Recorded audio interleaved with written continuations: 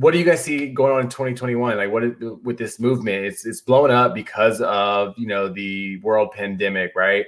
Of people utilizing these tools, and a lot of companies like Tapcart, right, really blew up, grew their team during the pandemic. But what do we see moving forward in 2021?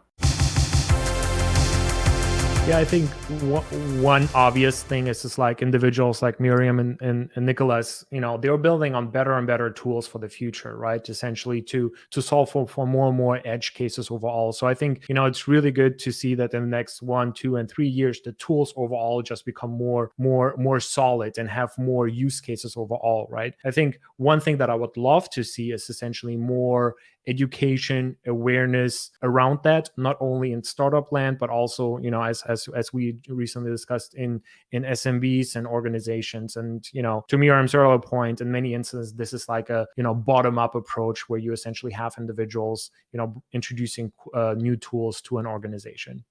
Things going for everything. Like I said, like my example earlier on with the AI tool, like I was surprised to see someone develop a tool to prevent churn.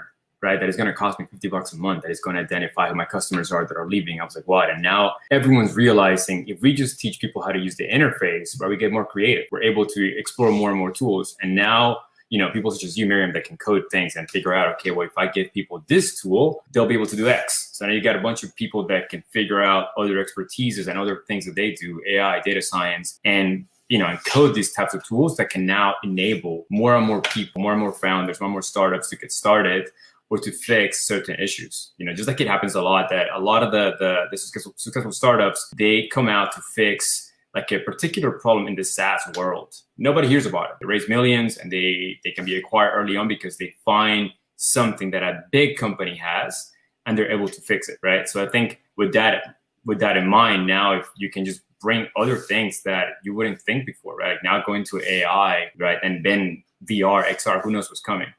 So that's how I feel that it's coming now. It'll just come for everything. It's actually a really, really interesting point. I also think, or like one hypothesis is like more smaller problems will in the future be solved because you essentially have more people that are essentially able to see those problems and actually do something about them and have the tools to solve them. This basically means that individuals might not have $1 billion startup, but they might have, $100,000 startup that makes, maybe $100,000 or $200,000 a year, and essentially allows them to have a good life by solving one particular niche problem, that they are specialized in, right? And I think we'll see more and more smaller ideas being solved with the tools that we currently have. I mean, honestly, I think exactly what you all have been saying.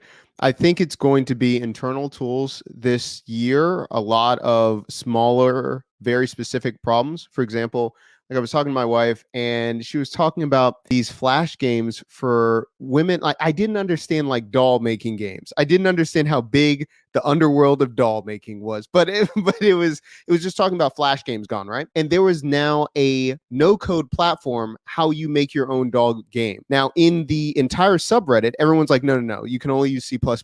This doesn't exist, blah, blah, blah. Someone came out, they worked at another company, a big company for all of these things for doll making, came out, created it themselves. And now all of these users are using this. I was telling her, I was like, I didn't even know this was a thing. And she's like, this is a really deep problem. Now, what did they have to do? Just use Photoshop with different layers. And now they're creating their own games, their own no-code maker games with PSD files. Like, so I think it's just going to be more and more kind of things like that. And I was thinking another one, there was this guy that I met, he was into fly fishing.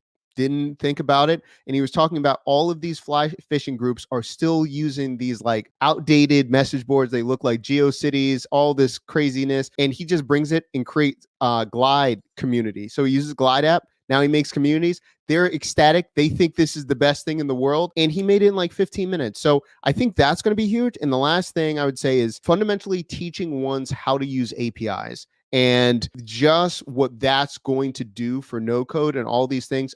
I cannot wait for 2021, but they're just the powers of API and Google Cloud Platform, what they allow you to do and what you can integrate.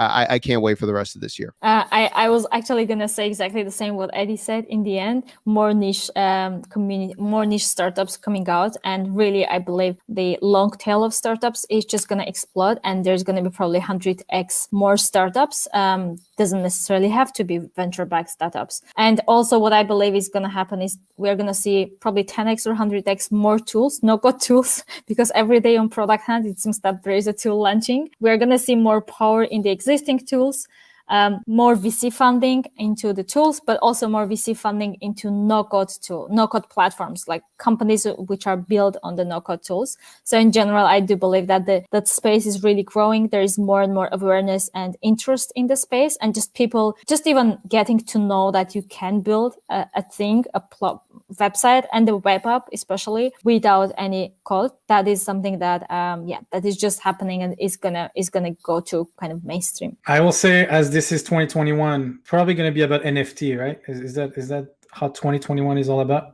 I think we just minted also a couple NFTs that will be giving away after this. So this is the buzzword you have to include in all your provision for this year.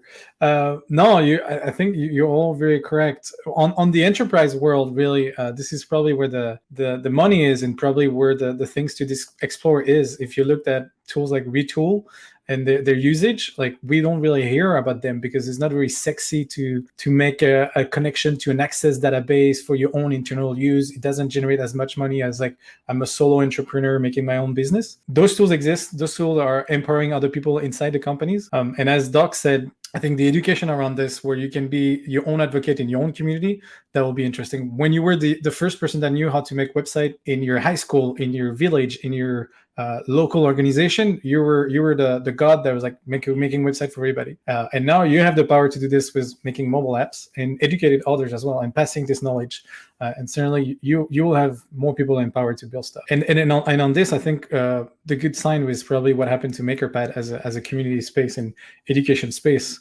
Curious to see what an acquisition could bring and what visibility they will get through that acquisition.